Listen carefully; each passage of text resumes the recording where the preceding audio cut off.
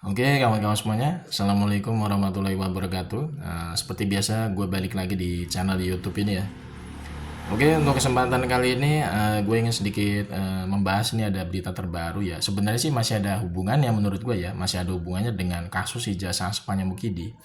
Cuman ini dari sudut pandang Mukidi ini seolah-olah ingin menghindar dari proses peradilan ya. Atau Mukidi ini ingin menghindar dari namanya proses pembuktian ijazahnya di pengadilan.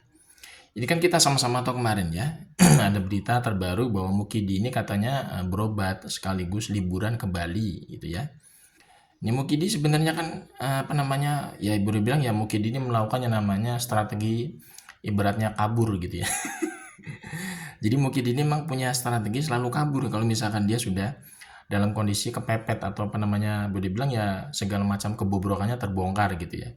Pasti Mukidi ini kabur ya, biasanya kabur kemana-mana lah. Dengan alasan sakit lah, dengan alasan liburan lah, dengan alasan inilah itulah gitu.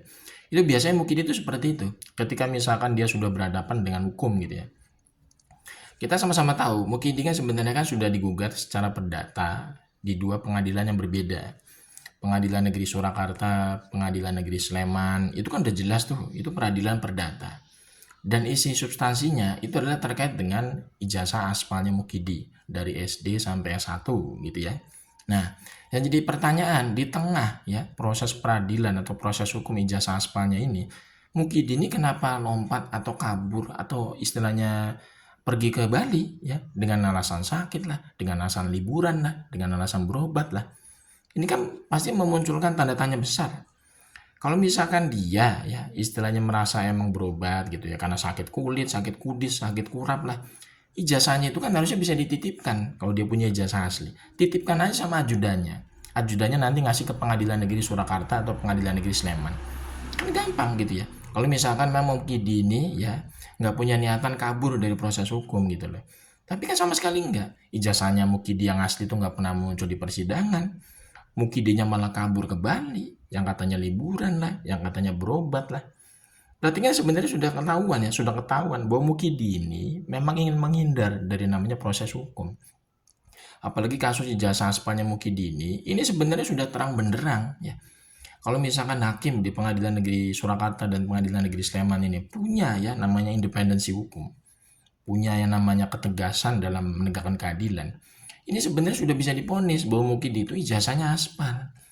Karena sampai tahap sekarang nih masuk ke proses pembuktian. Kan kemarin di sidang mediasi sudah apa namanya ditutup ya deadlock lah.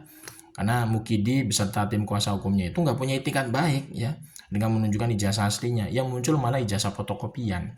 Nah akhirnya hakim itu ya menutup sidang mediasinya.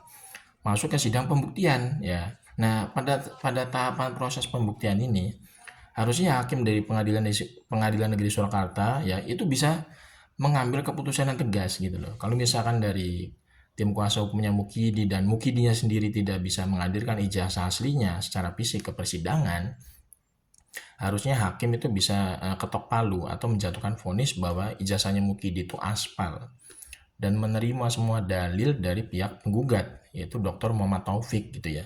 Harusnya seperti itu. Jadi tidak perlu ada namanya keraguan-raguan gitu ya. Karena Mukidi ini sampai kapanpun nggak mungkin nongol di pengadilan ya. Jadi ijazahnya Mukidi juga nggak mungkin nongol di persidangan karena memang Mukidi itu ya sengaja menghindar dari proses hukum. Dan ijazahnya sendiri memang yang asli itu nggak mungkin kelihatan sampai kapanpun. Karena ijazahnya kalaupun nongol itu pasti ijazah aspal gitu lah. Makanya yang muncul cuma ijazah fotokopian doang di pengadilan. Makanya mungkin itu nggak mungkin bisa nunjukin ijazah aslinya secara fisik di persidangan tuh nggak mungkin. Karena dari riwayat akademiknya yang boleh bilang nggak jelas ya, bobrok kayak begitu, itu nggak mungkin menghasilkan ijazah asli lah. Udah jelas itu. Jadi sekarang yang perlu apa namanya perlu dinantikan oleh masyarakat itu adalah yang perlu dinantikan oleh masyarakat itu adalah ketegasan dari hakim gitu ya. Terutama di pengadilan perdatanya dulu ini yang diselesaikan harusnya ya gitu ya.